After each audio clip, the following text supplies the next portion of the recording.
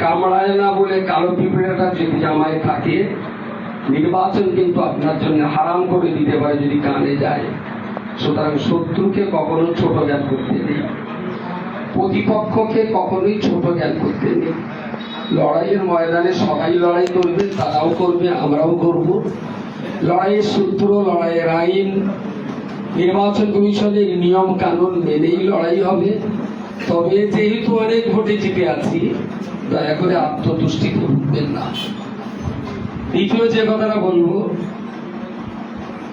দাদা বলছিলেন, দাদাভাইও বলেছেন প্রায় একই লাইনের কথা, যে ওখানে এই প্রার্থীটা দেওয়া কেন, উদ্দেশ্য কি, মোটামুটি আমরা বুঝতে পারি। প্রসঙ্গ যে জায়গাটায়, সেটা হলো আমি সংখ্যালঘুদের জন্য কাজ করব, ডেভেলপ করব, মমতা ব্যানার্জির এটা বল, এটা বল, এটা অন্যায়, সেটা অন্যায়, অনেক দোষ, অনেক গল্প, অনেক কিছু আমরা শুনতে পাচ্ছি। কিন্তু যাদের চোখে মমতা ব্যানার্জির চাইতে অমিত শাহ ভালো, যাদের চোখে মমতা ব্যানার্জির চাইতে আমাদের প্রধানমন্ত্রী ভালো, আপনি বলবেন আর বাংলায় কি কোনো ভদ্র মুসলমান লোক যেতে পারে? আর বাংলায় এটা তো অনেকেরই জানা আছে। এখানে কারা যায়, কারা এখানে ওঠা বসা করে, এগুলো তো বুঝতে হবে আমাদের। আমি খুব ভালো করেই বলছি আপনাদেরকে। দাদা বলছিলেন, আয়ও বলছিলেন, বিজেপি সম্পর্কে ভয়ঙ্কর দল, ভয়ঙ্কর শত্রু, এটা আমরা সবাই জানি। আসলে তারা তো ব্রিটিশদের দালাল ছিল, আজও তারা সেই দালালিটাই করে যাচ্ছে। কারণ বিহারে 1 একর জমি 1 টাকা দাম, এই মূল্যে বিভিন্ন কোম্পানির কাছে লিজ দেওয়া হচ্ছে। 1 একর জমি 1 টাকা দাম। রাষ্ট্রের সম্পদগুলোকে এইভাবেই ধ্বংস করবার কঠিন ষড়যন্ত্রে তারা ব্যস্ত।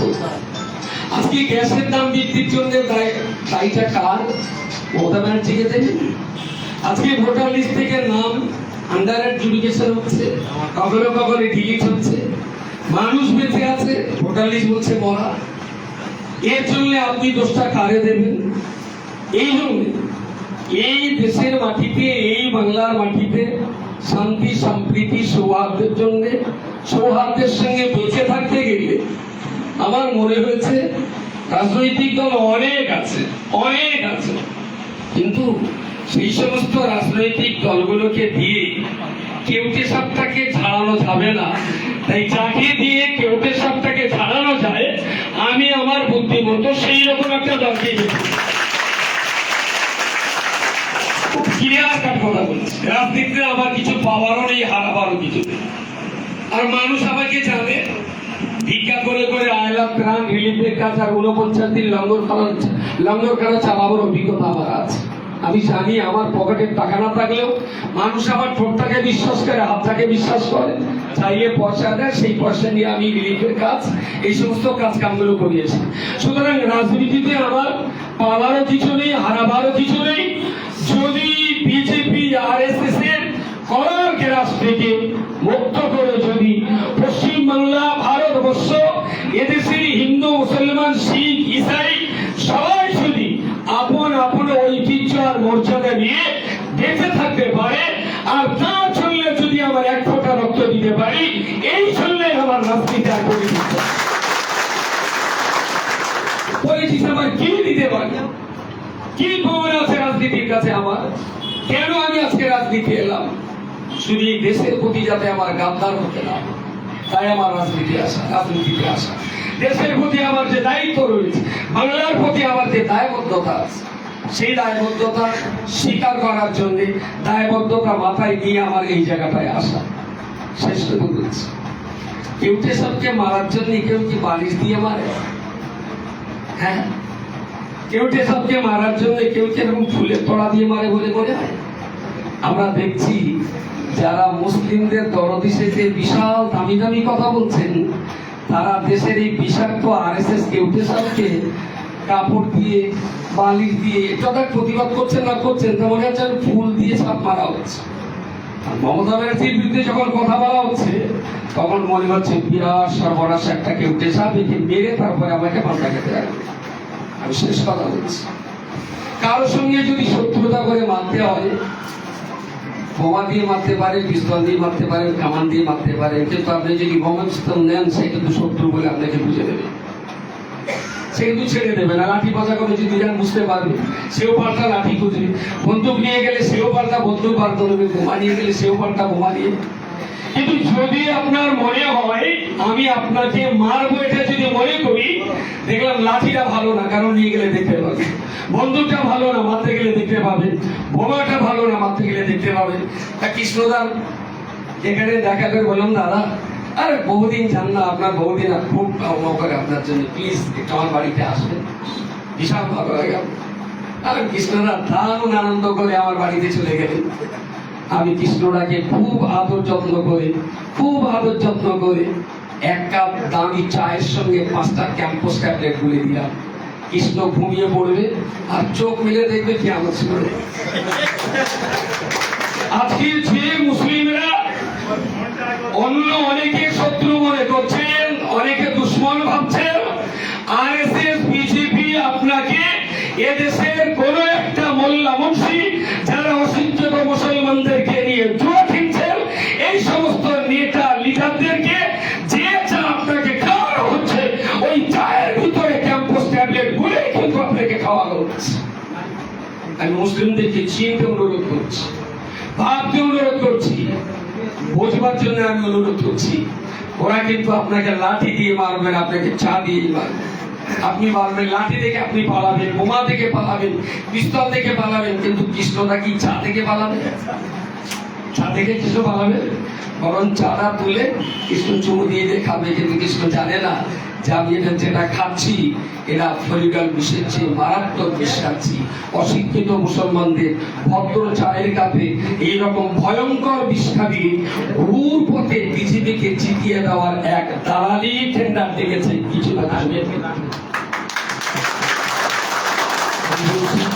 ঝগড়া নয়, দাঙ্গা নয়, কাসাব নয়, ব্যর্থ আমরা আমাদের সমাজটাকে, আমরা আমাদের কমিউনিটিটাকে লেখাপড়া শেখাতে পারি, বুঝ বুদ্ধি দিতে পারিনি, তাই তারা এই ভুল পথের শিকার হচ্ছে। আপনারা একটু দয়া করে তাদের বোঝান যে তুই যে চায়ের কাপটায় মুখ লাগিয়েছিস, একবার কি মেটাল ডিটেক্টর দিয়ে অন্য কিছু দিয়ে চেক আপ করে দেখেছিস ওদের বিষ আছে কিনা, ওদের বিষ আছে কিনা? আরে ভাই, নিরাপত্তার জন্য তো পুলিশ তো দরকার অবশ্যই, কিন্তু কিন্তু কিন্তু সেই পুলিশই দরকার হলো যারা বাবরি মসজিদকে ভাঙলো, তাদের পুলিশ তোমার দরকার হলো। তুমি কাদের লোক ভাই? সেই পুলিশটাই দরকার হলো। তাদের কাজ দরকার হলো যারা তোমার নাম ভোটার লিস্ট থেকে ডিলিট করছে, তাদের কাজটা তোমার দরকার হলো যারা তোমার বাপ ঠাকুর দাদাদের নাম ভোটার লিস্ট থেকে মুছে দিচ্ছে। তাহলে আমাদের বোঝা উচিত, সুন্দর ভদ্র চায়ের কাপে আপনার কাছে খাওয়ানো হবে, আপনি একবার ভেবে খাবেন না যেটা আজকের দিনে বিষাক্ত পয়সা মিশিয়ে আমার খাওয়ানো হচ্ছে কিনা। সুতরাং আমি শেষ কথা আপনাদেরকে বলছি, আপনারা যত মানুষ এখানে এসেছেন, এবারের ভোট শুধুমাত্র মমতা ব্যানার্জি অভিষেকটিকে জেতাবার ভোট নয়, এবারের এই ইলেকশনটা হচ্ছে বাঙালি আর বাঙালি জাতিসত্তার অস্তিত্ব টিকিয়ে রাখার ভোট। সুতরাং এইটা আমাদের ভুলে গেলে হবে না। বাঙালি জাতিসত্তাকে টিকিয়ে রাখার জন্য আমাদের সর্বশক্তি দিয়ে লড়াই করতে হবে। এবং আপনারা যারা বুথ লেভেল কর্মী আছেন, বিশ্বাস করুন, আমি জানি গতদিন বলছিলাম কোথায় একটা যে মাঠে একটা নারফুল হয় না, নারফুল না কি বলবো, এরকম শীতকাল শুরুতে দেখা যায়। আমিও তো চাষির ছেলে, জানি মাঠের খবর। তো নারফুল যখন শীতকালে সকালে ফুলে ওঠে না, আপনার ফুটে ওঠে, তো শিশিরের কোনা থাকার কারণে আর সূর্য যখন তীর্যকভাবে কিরণ পড়ে হাজার হাজার রশ্মি ওর ভিতর থেকে পাওয়া যায়, দারুণ সুন্দর দেখায়। কিন্তু নারফুলের এই ঝাঁটাটা ধরে আপনি একদম যে পানির নিচে মাটির তলায় দেখবেন ছোট্ট গোল মতো একটা কি বলে ওর খেলনা, কি বলে মাটির তলায় থাকে ছোট্ট একটা, ওইটা তুলে দেখবেন প্রচন্ড দুর্গন্ধ। আসলে ওই মাটির তলার পচা ওই কিন্তু জন্ম দিয়েছে উপরের ফুলটা।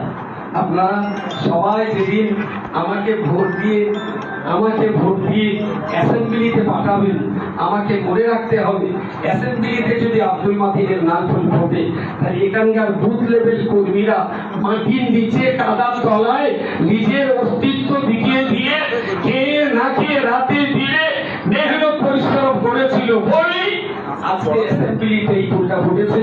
সুতরাং আপনাদের সবাইকে মনে রাখতে হবে, যারা এই অস্তিত্ব বিকিয়ে দিয়ে একটা নাচ ফুলের জন্ম দেয়, তাদের সঙ্গে যদি বিশ্বাসঘাতকতা করা হয়, এর থেকে বড় বিশ্বাসঘাতকতা আর হতে পারে না। আমাকে চেনেন, জানেন, বোঝেন। সবাইকে বলছি শান্তি সম্প্রীতি সৌহার্দ্যের সঙ্গে ভোটটা করবেন, যাতে আমরা ঠিকঠাক মতো করে আগ্রাসন শক্তিটাকে ঠেকিয়ে বাংলার ঐতিহ্যকে রক্ষা করতে পারি। এই আহ্বান জানিয়ে অভিষেক ব্যানার্জি, মমতা ব্যানার্জি তাদের প্রতি শ্রদ্ধা নিবেদন করে আমার ছোট্ট কথা এখানে শেষ না আপনারা থাকুন।